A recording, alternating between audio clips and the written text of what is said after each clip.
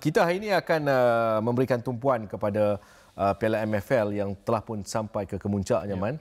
Dan difahamkan Johor Darul Takzim 2 telah pun mengesahkan kejuaraan mereka untuk pertama kali untuk edisi 2025.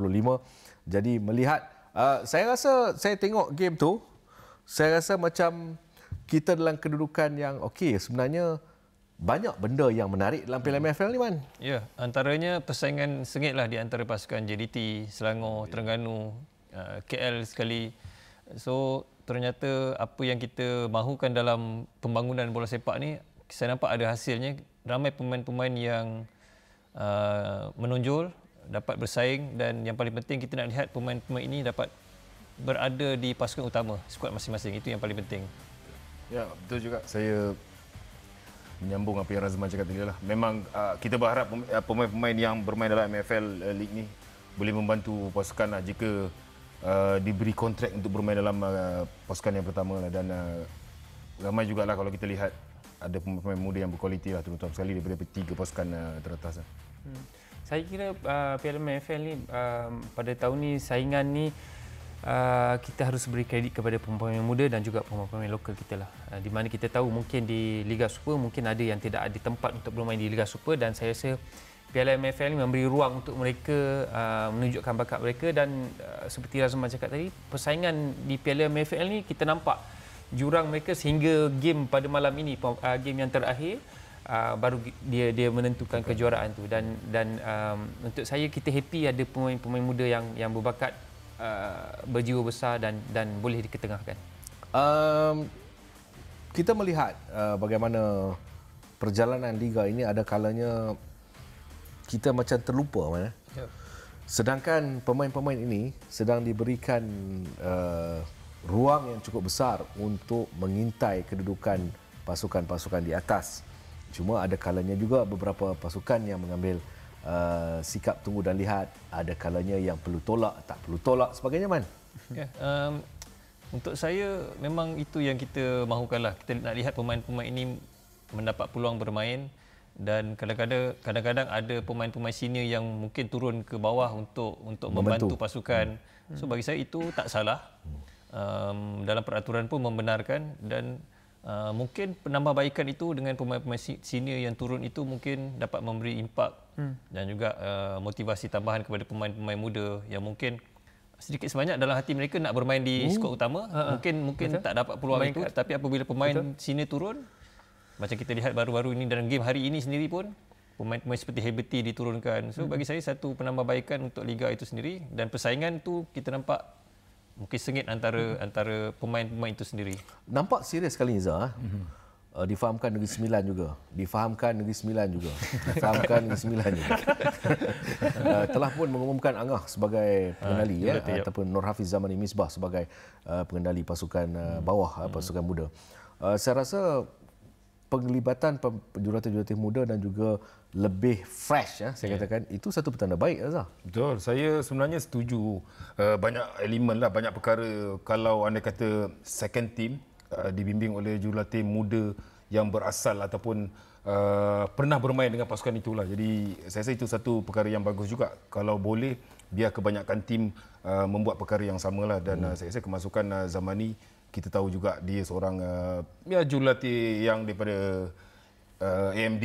Jadi kita tahu dia pun bekas pemain kebangsaan dan pernah beraksi dalam sesuatu perlawanan yang level yang tinggi. Jadi saya rasa boleh diberi kepercayaan penuh untuk pemain-pemain ataupun jurulatih muda seperti Zamani untuk membimbing sebuah pasukan. Okey. Secara keseluruhannya, Zakuan, anda melihat, kita bincang, main pun kita kerap bincang Selangor, Johor, Terengganu. Lagi mana lagi? KL. Perak pun. Perak kan. PRM antaranya. Ini pasukan-pasukan yang shine lah. Selangor, of course, saya nampak beberapa kali game di Stadium UiTM juga. Mereka antara pasukan-pasukan yang mempunyai deretan pemain-pemain muda yang banyak, Man. Boleh diketengahkan. Pemain-pemain muda memang kita akui lah, kita banyak nampak bersinar di JDT, di Selangor. Ini kelebihan untuk pasukan-pasukan yang mempunyai, orang kata, bajet, mungkin bajet yang besar untuk mereka menyusun pemain-pemain mana yang harus mereka gunakan di atas dan juga di Piala MFL. Dan saya kira apa yang lebih penting, pemain-pemain muda, bakat-bakat pemain muda tu harus diketengahkan, harus ada pada setiap season. Jika tidak ada pemain-pemain muda untuk diketengahkan, saya agak merugikan. Tapi harapan saya lah sebenarnya, saya nak lihat kalau boleh pemain-pemain ini beraksi di skuad utama sebenarnya. Berapa Sudah tentu. Berapa nak? Sebab yalah, dalam kategori umur dah 21, 22, 23 ni sepatutnya mereka lah menjadi tonggak utama di skuad senior mereka. So kita nak lihat lebih ramai pemain-pemain yang menonjol. Dan ini keputusan perlawanan terakhir hari inilah. Kuching City menewaskan PDRM 3-2, Kelantan Darul Naim tewas di tangan Seri Pahang. Johor Darul Takzim menewaskan Penang FC 7-0. Selangor juga menewaskan Kedah Darul Aman 7-0. Besok baca-baca tengok-tengok saya. Okey, kedudukan semasa. Terakhir. Mutamat Ya, sah Mutaman. dah. Sah dah. JDT merangkul kejuaraan dengan 53 mata, 16 kemenangan. Sama dengan Selangor. 1 poin je membezakan. Oh, nampak fight lah. Tapi nombor 3 apa? 44 tak jauh. Wow. Penang dan juga Kedah berpisah tiada. 10-11. Sabah, Kuching, Borneo berpisah tiada. PDRM Negeri Sembilan. Okey. Begitulah selesai pertembungan membabitkan saingan Piala MFL. Perak dan juga KL juga membuat perhitungan. Yep. Tapi saya rasa dia ada sebab. Ada sebab. Pasukan ni cun tak cun. Tak nak cerita bagi faham.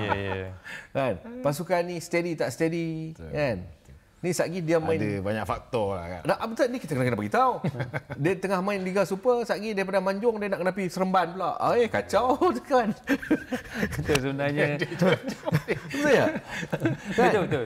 Kita kena fikir benda-benda tu. Betul. Kadang-kadang kita nak fikir semua benda pun kadang-kadang kita tak tahu apa terjadi kan. Tapi sebenarnya dalam bola sepak ialah semua benda harus kita lalui dan saya rasa dan untuk menjadi pemain bola sepak ni banyak benda-benda yang harus kita tempuh lah. Tak, saya kena bagi kredit. Kita kena bagi kredit. Betul. Kepada pemain-pemain yang membantu pasukan senior ni. Betul.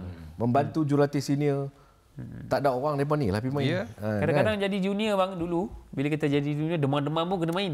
Pasal kita tahu kita junior macam mana pun itu carry kita nak meloncat ke depan apa pun saya rasa pemain-pemain muda ni untuk saya mereka tidak perlu banyak rungutan lah. Itu dari segi faktor mungkin time awak tu mungkin gaji semua tak ada masalah ni.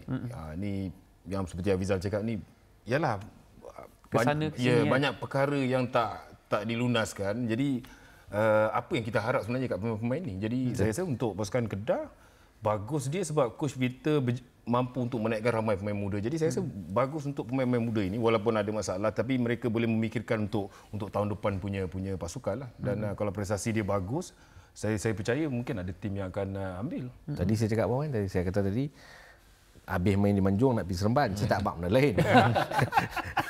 Saya tak abang benda lain.